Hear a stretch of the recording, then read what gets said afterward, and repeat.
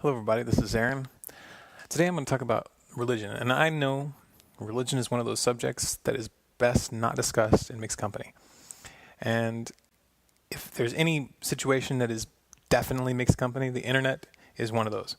So I'm breaking the rules right now, and I know it. But that's the kind of guy I am. I don't really believe in following these kinds of rules. And just like when you get to know a person over time, at some point, you have to get down to the nitty gritty and to face things. Otherwise, you live a lie. And one thing I want to say right up front is I know a lot of my subscribers are Christians. I know this for a fact. And a lot of you guys, I know I've watched your videos and I respect you guys. I really do in a deep way. So this is not an attack video. This is not me going, hey, wait, I've been pretending to be on your side, but now I'm going to betray you. No, that's not what it is. So bear with me here.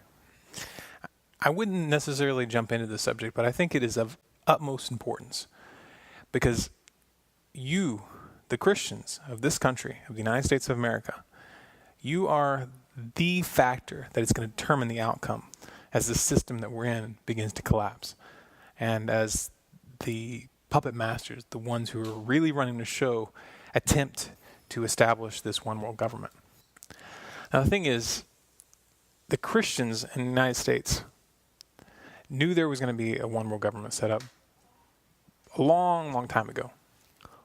Now I've read, the book of Revelations, and I don't particularly understand how they came to the interpretations that they came to, but that's really not that important, honestly. One way or the other, they came to the interpretation back before it was really happening, before the one world government was really a reality, that this thing was coming. And I know this because I grew up in a Christian home where they were talking about this before there was any signs. Now that knowledge, that understanding that there was something coming, that there was going to be a one world government, and that the force behind that one world government was not going to be working for our best interest, could be very, very powerful if it weren't for this one factor that's getting in the way. And it's that factor that is really the purpose of this video. That's what I want to address here. What is the purpose of prophecy? If something is prophesied, if somebody is going to tell you in advance something horrible is about to happen, why would they tell you that was going to happen? Is it so that you can just accept your fate? So that you can just lay down and let it happen? I mean, no offense here, but I see this coming from so many Christians. This mentality that the one world government is prophesied. It's coming. We can't stop it. Therefore, we should just pray and just get ready for the rapture. So we don't have to take any responsibility for our part in being the barrier that could actually prevent some of the darkness that's going to come. No, we're just going to just let it happen.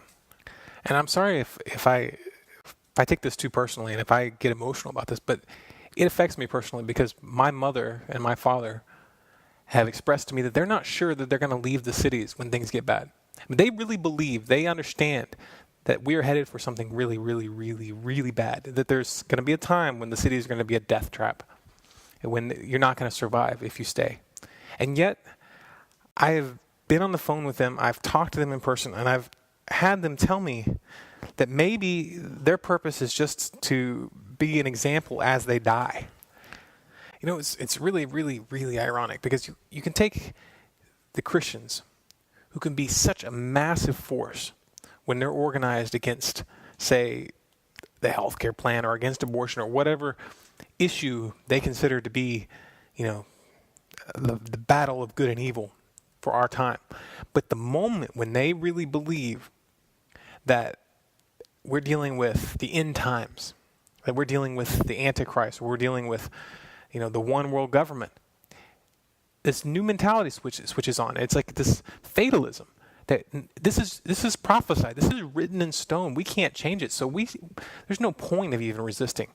Let's just lay down and let it happen.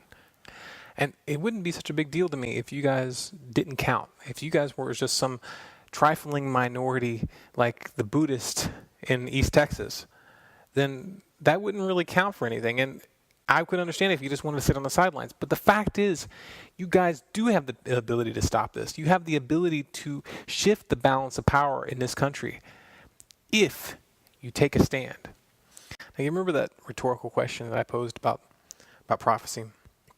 You know, if you know something's going to happen, or if someone warns you, what good does it do if you just decide to let it happen? To me, the purpose of a prophecy is to give you a warning so that you can stand up and avoid it. Now, this may sound harsh, but I think it needs to be said. It is not your place to decide when it's time to lay down. What would have happened if the Allied soldiers had come to the conclusion that Hitler was the Antichrist and that he couldn't be stopped and we just should just accept it? You don't have to be Nostradamus to understand that would have changed the course of history. But what modern Christians may not fully grasp is that what you're doing now and the way you react when things actually do go down is going to change the course of history just as much.